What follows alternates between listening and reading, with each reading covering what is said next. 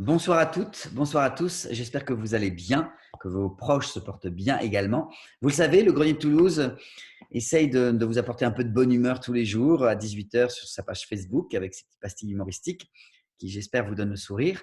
Et puis également, on va maintenant vous proposer un petit rendez-vous quotidien sur des lectures des coups de cœur que nous avons, qu'on voudrait vous faire partager. Et voilà, celui-ci en fait partie, ce roman en fait partie de mes coups de cœur. Il s'agit d'un roman de Éric Emmanuel Schmitt, Monsieur Ibrahim et les fleurs du Coran. Il fait partie du cycle de l'invisible. Ce sont 8 romans écrits par ce même auteur, Éric Emmanuel Schmitt. Chaque roman parle de l'enfance et de religion ou de spiritualité au sens plus large. J'avais eu le bonheur de défendre Oscar et Dame Rose au théâtre sur scène pendant plusieurs années. Il en fait partie également de ce cycle. Voilà donc maintenant Monsieur Ibrahim et les fleurs du Coran. Je vais en lire 10 minutes aujourd'hui et puis voilà, en plusieurs parties, même s'il est court, je ne vais pas vous abreuver trop de lecture, mais on fera ça par tranche de 10 minutes. Alors voici donc la première partie de Monsieur Ibrahim et les fleurs du Coran. Et puis, je risque de bafouiller, je vous le dis tout de suite, mais qu'est-ce que c'est que cette chemise qui plissouille? Ah mon Dieu, ne faites pas comme si vous ne l'aviez pas vue. Elle me boudine, elle me boudine. Vive le confinement. Bien, allez, on y va. À 11 ans, j'ai cassé mon cochon et je suis allé voir les putes. Mon cochon, c'était une tirelire en porcelaine vernie, couleur de vomi, avec une fente qui permettait à la pièce d'entrer, mais pas de sortir. Mon père l'avait choisie, cette tirelire à sens unique, parce qu'elle correspondait à sa conception de la vie. L'argent est fait pour être gardé, pas dépensé. Il y avait 200 francs dans les entrailles du cochon. 4 mois de travail. Un matin, avant de partir au lycée, mon père m'avait dit « Moïse, je ne comprends pas. Il manque de l'argent. Désormais, tu inscriras sur le cahier de la cuisine tout ce que tu dépenses lorsque tu fais les courses. » Donc, ce n'était pas suffisant de me faire engueuler au lycée comme à la maison, de laver, d'étudier, de cuisiner, de porter des commissions, pas suffisant de vivre seul dans un grand appartement noir, vide et sans amour, d'être l'esclave plutôt que le fils d'un avocat sans affaires et sans femme. Il fallait aussi que je me passe pour un voleur. Eh bien, puisque j'étais soupçonné de voler, autant le faire. Il y avait donc 200 francs dans les entrailles du cochon. 200 francs, c'est le prix d'une fille. C'était le prix de l'âge d'homme. Les premières, elles m'ont demandé ma carte d'identité. Bon, malgré ma voix, malgré mon poids, où j'étais gros comme un sac de sucreries, elles doutaient des 16 ans que j'annonçais. Elles avaient dû me voir passer et grandir toutes ces dernières années accrochées à mon filet de légumes. Au bout de la rue, sous le porche, il y avait une nouvelle. Elle était ronde, belle comme un dessin. Je lui ai montré mon argent, elle a souri et elle a dit: «Tu as 16 ans, toi?» «Ben, ouais, depuis ce matin.» On est monté. J'y croyais à peine. Elle avait 22 ans. C'était une vieille et elle était toute pour moi. Elle m'a expliqué comment on se lavait, puis comment on devait faire l'amour. Évidemment, je le savais déjà, hein, mais je la laissais dire pour qu'elle se sente plus à l'aise. Puis j'aimais bien sa voix, un peu boudeuse, un peu chagrinée.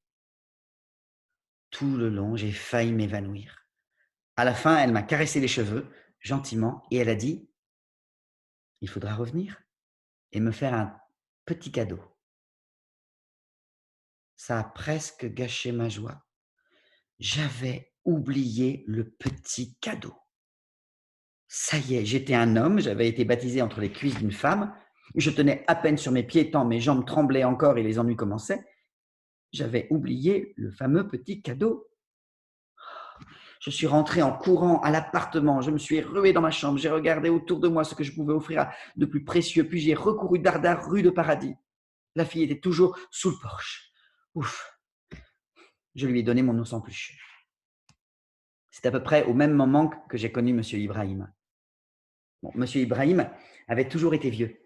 Unanimement, de mémoire de rue Bleue et de rue de Faubourg Poissonnière, on avait toujours vu M. Ibrahim dans son épicerie, de 8 heures du matin au milieu de la nuit, arc-bouté entre sa caisse et les produits d'entretien. Une jambe dans l'allée, l'autre sous les boîtes d'allumettes, une blouse grise sur une chemise blanche.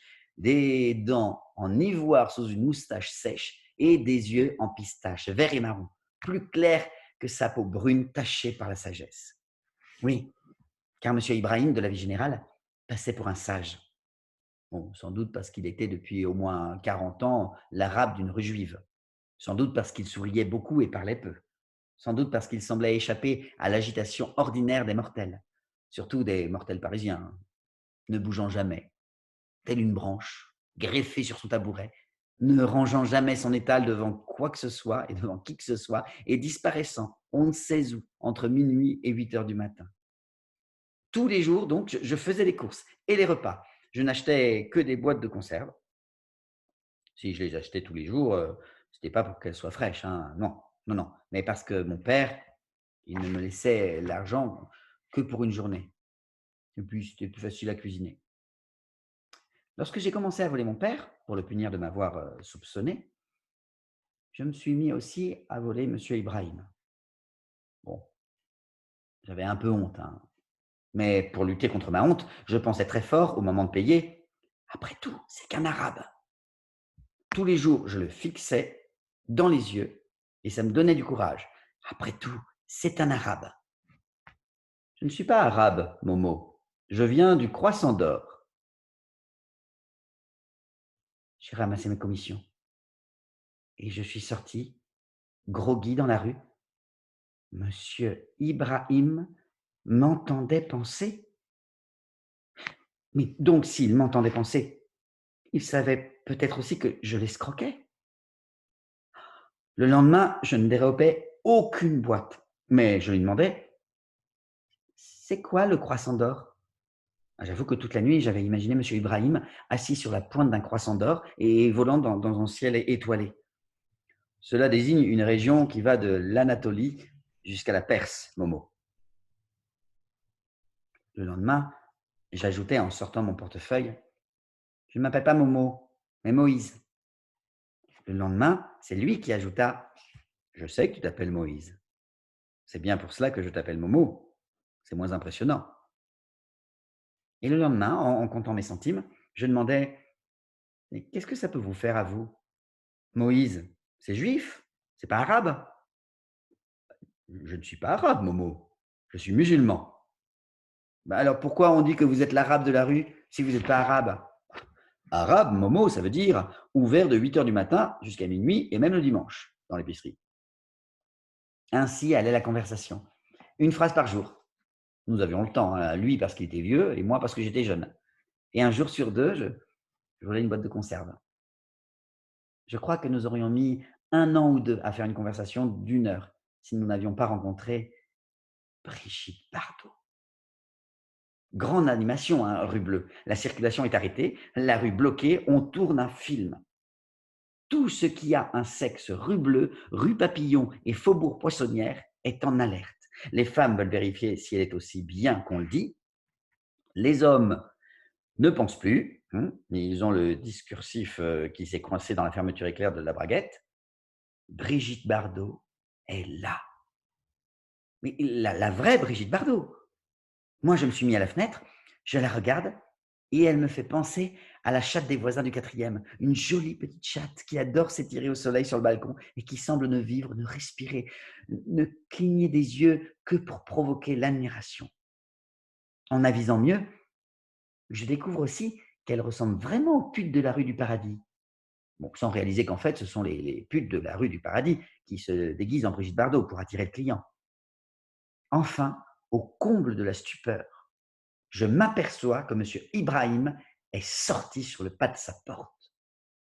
Pour la première fois, depuis que j'existe au moins, il a quitté son tabouret.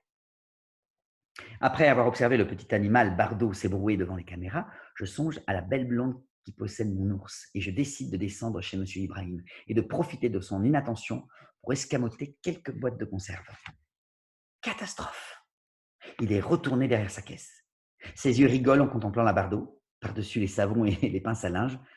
Je ne l'ai jamais vu comme ça. Monsieur Ibrahim, vous êtes marié? Ah, bien sûr que je suis marié. Il n'était pas habitué à ce qu'on lui pose des questions. À cet instant-là, j'aurais pu jurer que M. Ibrahim n'était pas aussi vieux que tout le monde le croyait. Monsieur Ibrahim, imaginez que vous êtes dans un bateau avec votre femme et Brigitte Bardot. Votre bateau coule. Qu'est-ce que vous faites? Je parie que ma femme, elle sait nager. J'ai jamais vu des yeux rigoler comme ça. Il rigole à gorge déployée. Ses yeux, ils font un boucan d'enfer.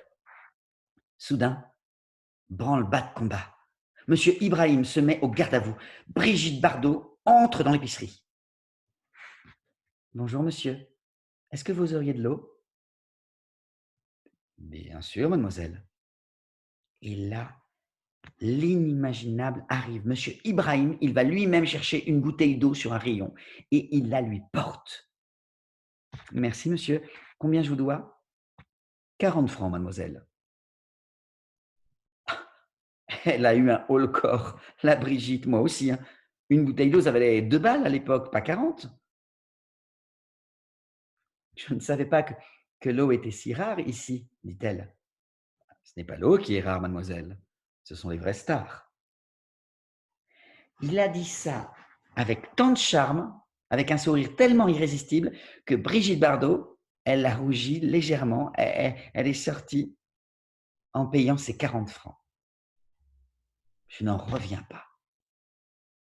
Quand même, monsieur Ibrahim, vous avez un de ces culots. Hé, mon petit Momo, faut bien que je me rembourse toutes les boîtes que tu me chouraves. C'est ce jour-là que nous sommes devenus amis. C'est vrai qu'à partir de là, j'aurais pu aller les escamoter ailleurs, mes boîtes, mais monsieur Ibrahim, il m'a fait jurer. Momo, si tu dois continuer à voler, viens les voler chez moi. Voilà, c'était donc les premières 10 minutes de monsieur Ibrahim et les fleurs du Coran. Rendez-vous, j'espère, demain. À très vite et portez-vous bien.